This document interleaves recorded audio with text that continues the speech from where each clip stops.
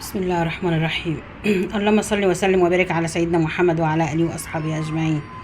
ازيكم حبايبي، عاملين ايه؟ يا رب دايما تكونوا بخير وفي احسن حال.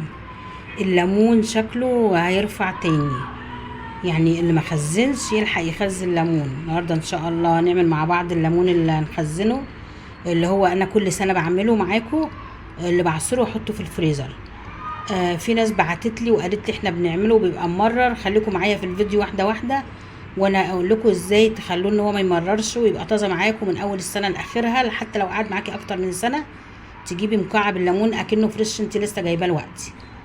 خليكم معايا وشوفوا الفيديو للاخر وان شاء الله هتستفيدوا منه. والحقوا بقى خزنه لان هو وصل 20 جنيه وبيقولوا هيغلى تاني. معايا القالب اللي هعمل فيه اهو، وعندي كوبايه اعصر فيها والسكينتي اللي هقطع بيها. وعايزه اقول لكم على حاجه، الليمونه اللي تقطعوها تعصروها على طول، يعني ما تقطعوش كميه.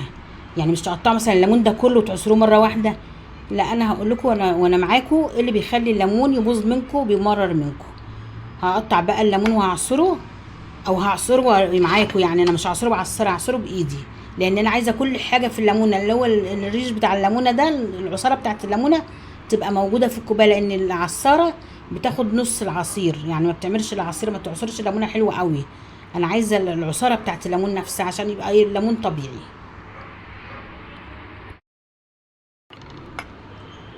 طبعا كنا شاطرين ونعرف نقطع الليمون، عشان انا مش هقطع معاكم الليمون ده كله، انا هقصر الفيديو معاكم عشان انا عايزاكم تتفرجوا على الفيديو الاخر وتشوفوا ايه اللي بيخلي الليمون المخزن ده اللي هو المكعبات ما بينجحش معاكم.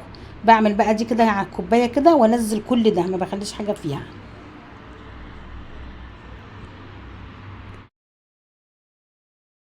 عصرت اول كوبايه اهو. انا بقول لكم انا بعصر بايدي عشان العصاره لو عصرت بيها هتاخد نص الليمونه، اكتر من نص ليمونه، نص ما فيهاش حاجه خالص اهي. وبرضك القشر ده هعمل لكم بيه فيديو، مش هرميه، يعني هقول لكم انا هعمل بيه ايه. طبعا الليمون مغسول حلو قوي قبل ما اعمله، الليمون مغسول زي الفل. عايزه تعرفي المكعب بيبقى ليمونه او نص ليمونه او كده. بتعصري مثلا الكوبايه زي كده وبتعدي انت عصرتي كام ليمونه، وتعدي يوم كام مكعب عشان تبقي عارفه انت ايه محتاجه. نص ليمونه، ليمونه كامله، تبقي عارفه كده. والبذر طبعا انا عينته من الكوبايه. هحط في العصير بقى، هحطه في المكعبات. عملت اول قالب اهو.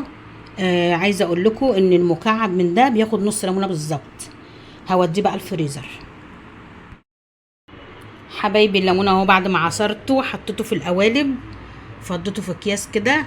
عايزه بقى ارد على حبايبي اللي قالوا لي احنا بنجيب الليمون ونعمله زيكي كده وبيمرر. والله العظيم، والله الليمون ده بيقعد عندي طول السنه وبعد السنه.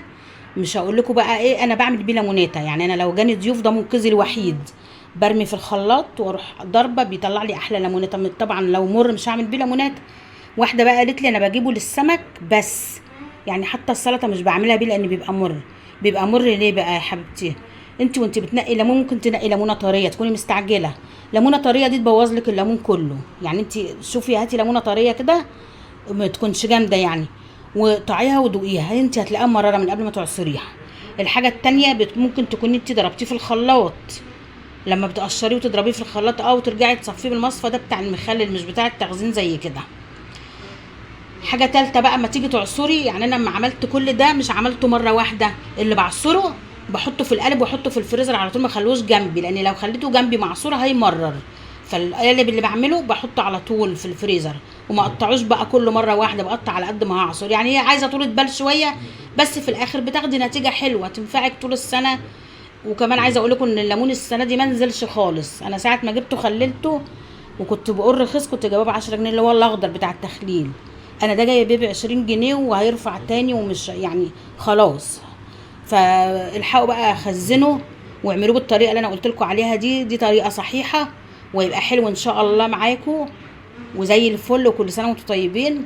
وعايزه اقول لكم بقى ان دي ليمونه كبيره. انتوا شفتوا ليمون كان قد ايه وانا موريه لكم اول فيديو. دي ليمونه كبيره بمقام ليمونه كبيره، ودي بمقام نص ليمونه بس. وعبيته بقى في الاكياس كده، وعلى طول الوقت فورا هحطه في الفريزر. انا كنت حاطاه بس طلعته اوريه لكم. يا رب الفيديو يكون عجبكم. اشوفكم على خير ان شاء الله في فيديو جديد. ما تنسوش لايكاتكم الحلوه، كومنتاتكم الجميله. اللي بتفرحني يا احلى عيله في الدنيا. سلام عليكم ورحمه الله وبركاته.